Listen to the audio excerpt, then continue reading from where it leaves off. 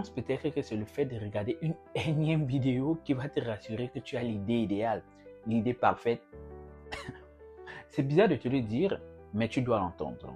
Si ça fait 6 mois que tu regardes du contenu, si ça fait 1 an, 3 ans que tu regardes du contenu sur l'entrepreneuriat pour avoir la meilleure idée de business en partant de zéro, quelque chose déjà qui n'est pas vrai, mais aujourd'hui tu te retrouves en train de regarder presque toutes les vidéos et connaître toutes les informations et les mots sur l'entrepreneuriat tels que la niche, le funnel, le branding, le landing page, et que tu n'as toujours parlé à aucun client, que tu n'as proposé ton service à personne, que tu n'as publié aucune de tes connaissances. En fait, ton problème n'est même plus le manque d'informations, mais bien plus que ça.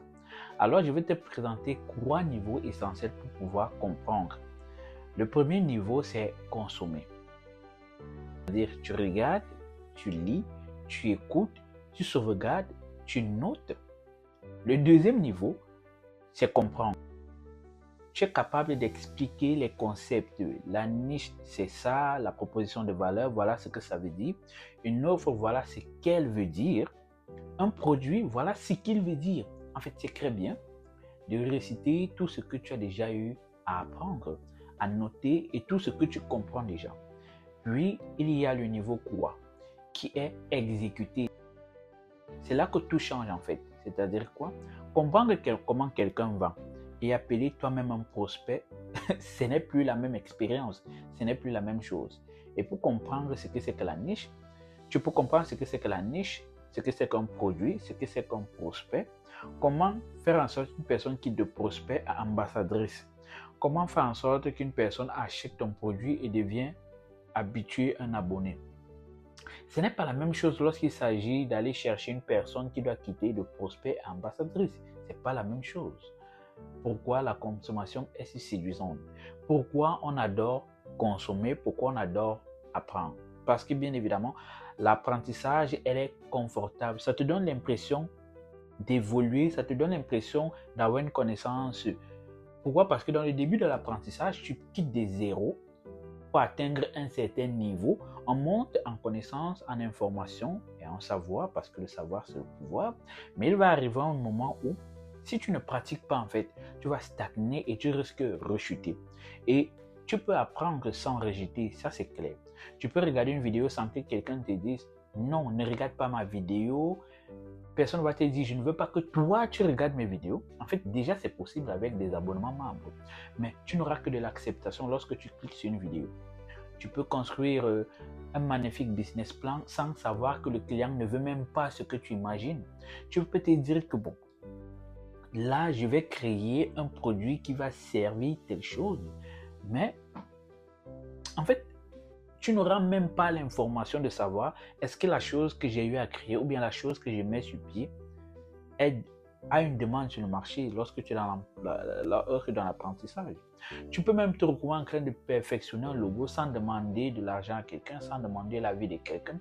Parce que tout ce que tu vas passer le temps à faire ne serait que l'imagination ou bien la source de tes imaginations. Ce n'est pas mauvais d'imaginer, mais il faut savoir comment utiliser tes imaginations et tes idées. Et tu peux te retrouver en train de faire des choses pensant qu'elles sont bonnes, mais si tu ne les pratiques pas, si tu ne les mets pas sur le marché, tu es en train de faire une broyeuse à coupeau. Et surtout, l'apprentissage va te donner l'impression de maîtriser. Tu vas te retrouver en train de consommer une vidéo, 2 vidéos, 3 vidéos, croire une chose, 2 choses, 3 choses.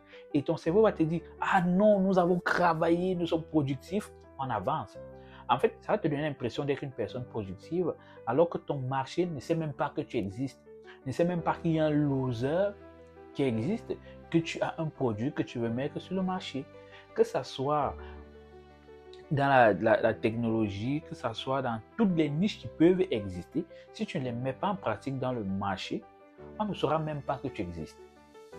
Alors, pour mieux comprendre ce que je suis en train de t'expliquer, on va prendre le cas de 2 personnes. Thomas, la première personne, qui est une personne qui veut créer une agence, et pendant 3 mois, Thomas passe le temps à chercher comment trouver la niche, comment créer une offre, comment faire un personal branding, comment créer un site web, comment automatiser une agence avec l'IA.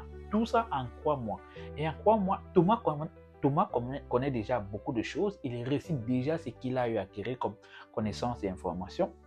Mais le comble dans ça, c'est qu'il n'a envoyé aucun message. Il n'a fait aucune publication. Il n'a parlé à personne. Il n'a présenté aucune idée. Maintenant, on va maintenant prendre la deuxième personne qui s'appelle Christian. Mais il faut d'abord savoir que Thomas, lui, a passé 3 mois à affiner son offre, son branding, son produit et à chercher l'idée parfaite. Et attend le moment parfait et l'a gardé pour lui. Et la deuxième personne, c'est Christian. Christian, lui, il apprend, il teste. Il n'est même pas si intelligent, mais il apprend, il teste, il parle à plusieurs personnes. Dites-moi, entre les deux personnes, est-ce que c'est Thomas qui apprend ou est-ce que c'est Christian? Moi, je dirais que c'est la deuxième personne. Alors, je vais te parler de quelque chose. L'information versus le feedback. Parce qu'il y a une différence énorme entre information et feedback. Oui, c'est ce qu'on appelle encore le retour client. Cette vidéo, elle peut te donner de l'information, c'est clair. Un client, lui, va te donner le feedback, comment ajuster, comment modifier. L'information te dit, voici comment tu dois construire ton offre, mais le feedback, lui, va te dire, moi, je n'achèterai pas ça, je n'achèterai jamais ça parce que ça ne correspond pas, parce que ça manque ceci, ça ne me parle pas beaucoup, ça ne résout pas mon problème. L'information va juste te dire, fais ceci, mais le feedback va te dire, j'ai vraiment besoin de ton idée, je veux proposer cela, mais ajoute encore telle chose. Ça correspond à mon problème, ça correspond à ce que je cherche depuis. Et c'est ce type d'information qui est extrêmement précieuse parce que c'est attaché à ton projet, à ton marché, à ta situation. C'est pourquoi à un certain moment, apprendre davantage peut commencer à être très mauvais et ça te donne un rendement décroissant. C'est pour ça que je t'ai dit en début de vidéo, lorsqu'on commence à apprendre, on progresse, on a maintenant des connaissances dans un domaine et puis il va arriver un moment où tu vas stagner, tu vas faire une ligne droite. Pourquoi? Parce que tu ne mets pas en pratique les informations acquises. Et qu'est-ce qu'on fait? On va commencer à chuter.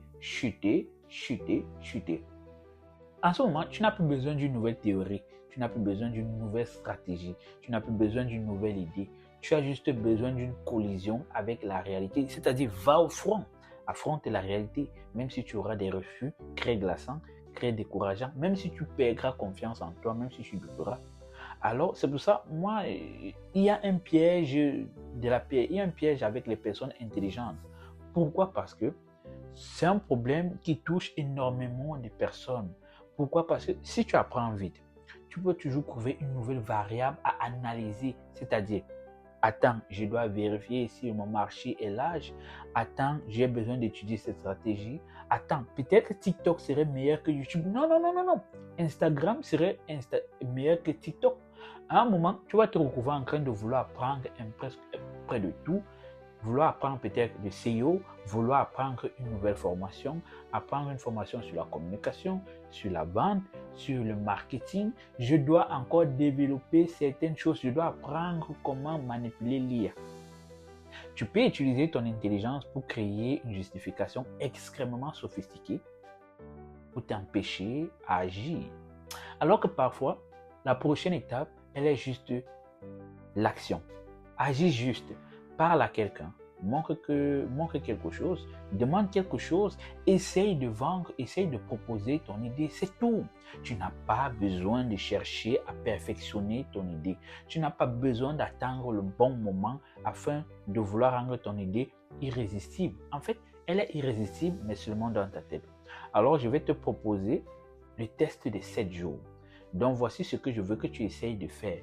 Pendant les 7 prochains jours, je sais, tu vas peut-être commencer le premier jour, le deuxième jour, le troisième jour, le quatrième jour. Je sais que tu vas abandonner parce que on va parler de pourquoi est-ce que tu abandonneras. Alors, ne cherche pas à arrêter totalement d'apprendre, mais change juste ton ratio. Pour chaque heure passée à consommer du contenu, une business dans ce que tu apprends, fais au moins une action, 30 minutes, 15 minutes, 1 heure. C'est-à-dire quoi? C'est de la même façon même dans la langue. Si tu veux apprendre une nouvelle langue, passe 30 minutes à pratiquer, même si tu ne maîtrises pas. Si tu veux créer une offre, passe au moins 30 minutes à créer ton offre, à mettre ton offre sur pied. Si tu veux apprendre à faire un montage vidéo, fais au moins 30 minutes, 1 heure à monter une vidéo.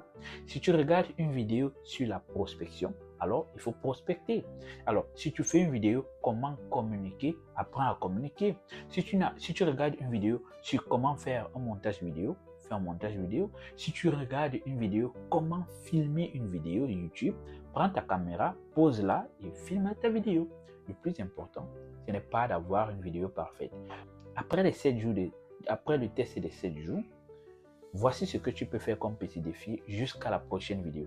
N'achète plus de formation, n'achète plus d'abonnement, ne télécharge plus de e-book, ne crée plus 15 nouveaux dossiers parce que je sais que tu as énormément de dossiers dans ton téléphone qui parlent de business et d'entrepreneuriat, de développement personnel, de la communication. Choisis juste une seule chose que tu sais déjà faire et fais-la. Tu sais probablement ce que c'est qu'envoyer le message, appeler une personne. Tu sais déjà publier une offre ou faire un questionnaire ou lancer un landing page. Demander le prix. En fait, ton cerveau va essayer de te convaincre que non, que tu ne maîtrises pas encore, tu dois encore te préparer. Tu sais pourquoi? Non, parce qu'il connaît déjà l'action à prendre, mais pas action. Il ne connaît pas agir, il connaît juste acquérir des informations. Demande-lui, pose la question à ton cerveau. Qu'est-ce que j'espère apprendre de plus qui m'empêche réellement d'agir aujourd'hui? Alors, nous sommes arrivés à la fin de notre vidéo. L'objectif n'est pas de devenir anti-éducation. Non, moi j'adore apprendre, j'adore lire, j'adore prendre des notes. Je prends des notes un peu de partout. Et cette semaine, je te pose une seule question. Quelle est la chose que tu sais déjà faire, mais que tu...